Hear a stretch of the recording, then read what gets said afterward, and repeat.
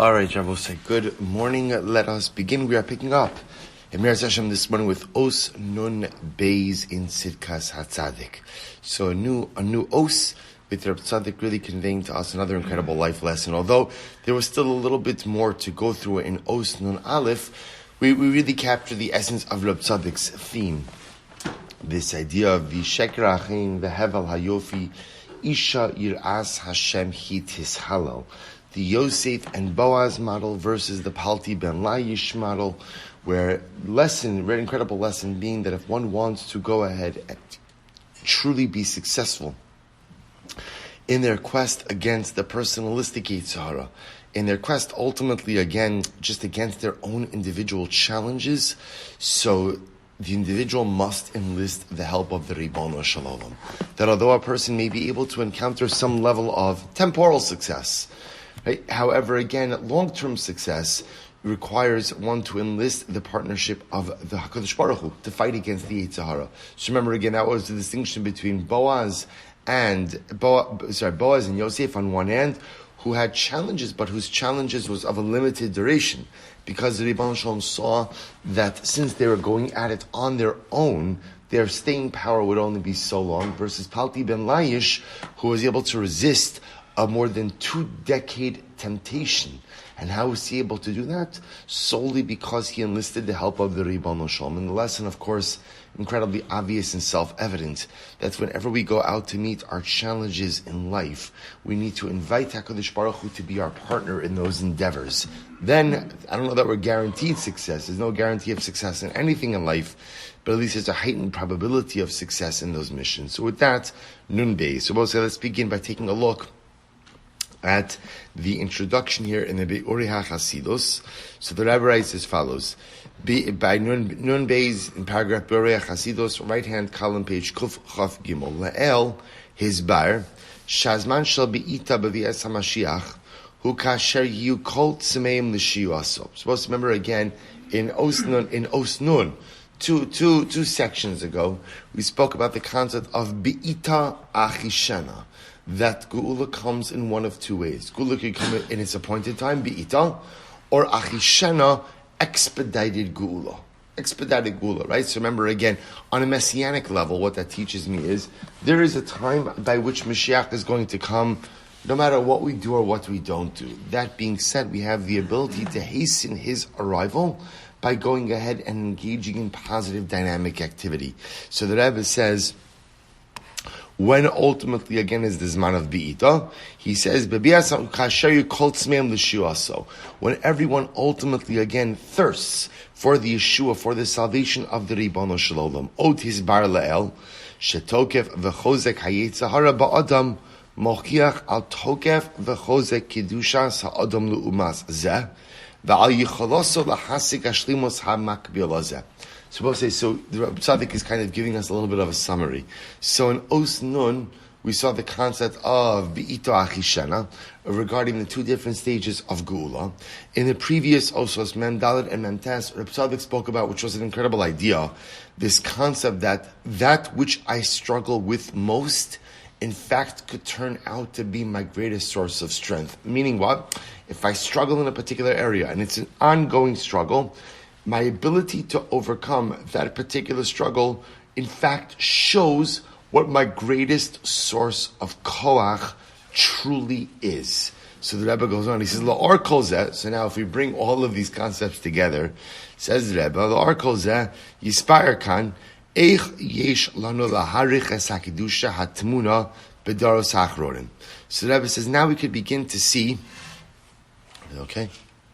Now we could begin to see ultimately again how everything is embedded in the latter generations. Afshik fi hanira ma'aseh satan matzliach rachmana litzlan lahapil rabbe mevnei amenu berishto shel hayetzer hara afal pikin alinu litzapos shedavka dor hanamuch biyoser yiskel esromim berum hamalos mehira b'yamenu. So Tzaddik says sometimes we go ahead and we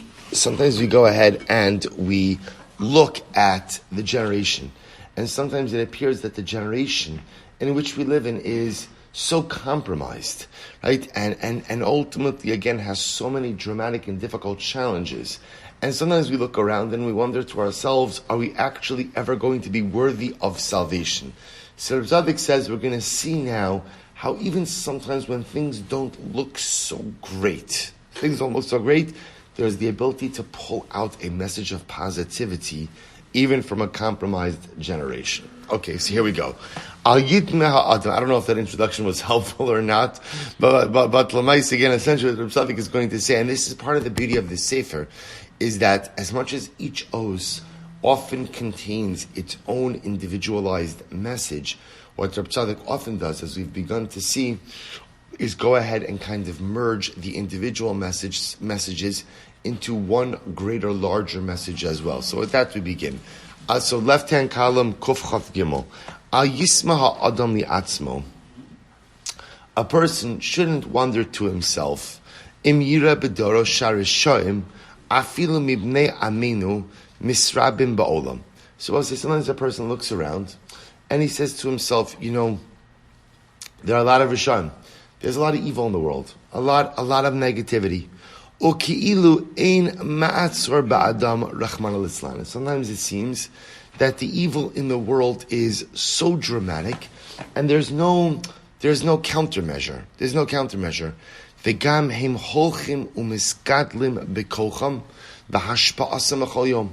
And sometimes it appears like the Ra in this world seems to intensify, right? And seems to grow with each given day. V'nira ha'olam kehefker chas v'shalom. And sometimes the world has the appearance that it's hefker.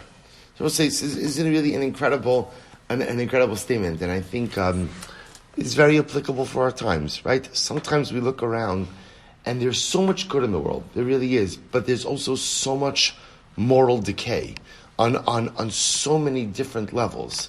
So HaTzaddik says we look around, and ultimately again,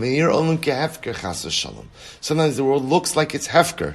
Avala MSC Shavada Enokim. But HaTzaddik says, the MS is, it's not like that. Sometimes even though the world looks hefker, we know the world is not actually hefker. Eli Olam Ein Am Yisrael Ne'ezav Umufkar. Klal Yisrael. So remember here, HaTzaddik is also talking about even just the matzav of Klal Yisrael. There's sometimes when you look at Klal Yisrael, and again, everything seems hefker. Now, I think we live in such different times, but you understand how historically the Jew could have looked around, especially at the matzav of Klal Yisrael, and felt ne'ezav v'nefkar, or mufkar, forsaken and just totally hefker.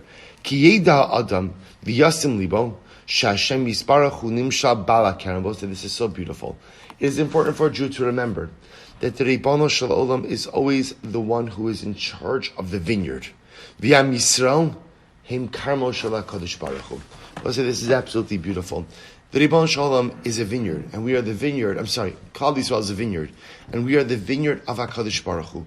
And who tends to the vineyard? Who is in charge of the vineyard? None other than the Ribono Shel Olam.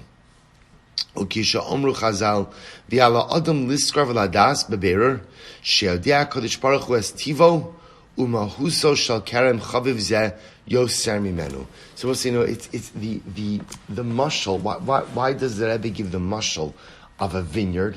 Right? In other words, the message is clear that even though sometimes if our circumstances look ne'ezav umufkar, HaKadosh Baruch Hu is always in charge. And HaKadosh Baruch Hu is always running the show. And HaKadosh Baruch Hu always tends to us. So why does Reb Tzaddik give the example of a vineyard? So something interesting about vineyards. We'll say vineyards, each type of vineyard produces a different type of grape. Right? So for example, if you have a vineyard that produces Cabernet Sauvignon, that's different than a vineyard that has grapes that produce Merlot, which is different than a vineyard which produces grapes for a late harvest wine. Each of those vineyards must be tended to in different ways. And each of those clusters of grapes, or those families of grapes, need different things in order to thrive. So HaTzaddik says there's something so beautiful. Sometimes we look around and things may appear to see ne'ezav umufkar. But a Jew always has to remember that I am the Ribono Shel Olam's vineyard and he is my Bala Kerem. And as the Bala Kerem, as the person in charge of the vineyard, it doesn't simply mean that he's in charge of the events as they unfold. That's obvious. That's obvious that he's in charge of the events. But what it means is, he knows exactly what the grapes need in order to grow and thrive. And he also knows, by the way, see, here's the difference, that for a regular Bala Kerem, so the whole vineyard might be dedicated to this type of grape, or the whole vineyard dedicated to that. In the Ribono Shel Olam's vineyard, in any one particular vineyard, there's a vine of this and a vine of that.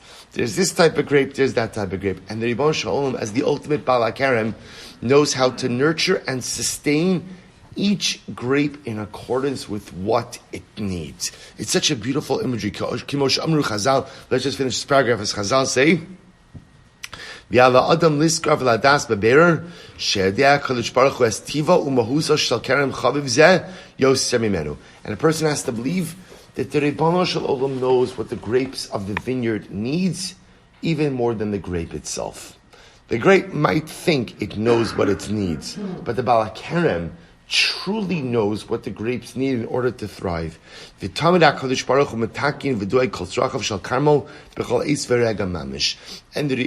Kerem, the Ribono Shel Olam, is taking care of the needs of the vineyard at every single moment. Ubevadai shetagia ha'is haroi lekach yachish HaKadosh Baruch Hu es ha'geula. The Romim is carrying Yisrael. Gad mishefel hamadregos ad rom hamal. So we'll get to the Geula piece in Meretz Hashem tomorrow. I will say, but the point that Reb Tzaddik makes over here, which is really incredibly profound, that in those moments when the world looks, or when we feel ne'ezav umufkar, I keep using those words because they're very profound words.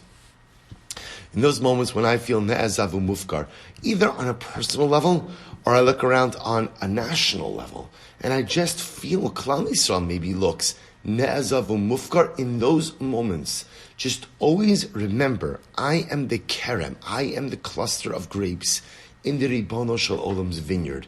And the Bala Kerem not only knows how to produce award-winning wine, but ultimately, again, he knows what every sug of grapes need in order to go ahead and actualize and maximize his potential. The Bala Kerem knows exactly how to take care of his vineyard. So even in those moments when I feel ne'ezav umufkar, have belief that the Bala Kerem knows what he's doing. And so stop over here. We're going to continue in this theme. Again, this is not a chiddush. We're going to see that the power of this message lies in the metaphor, ultimately, of the vineyard. Meretz Hashem to be continued tomorrow. Shkach Elosai.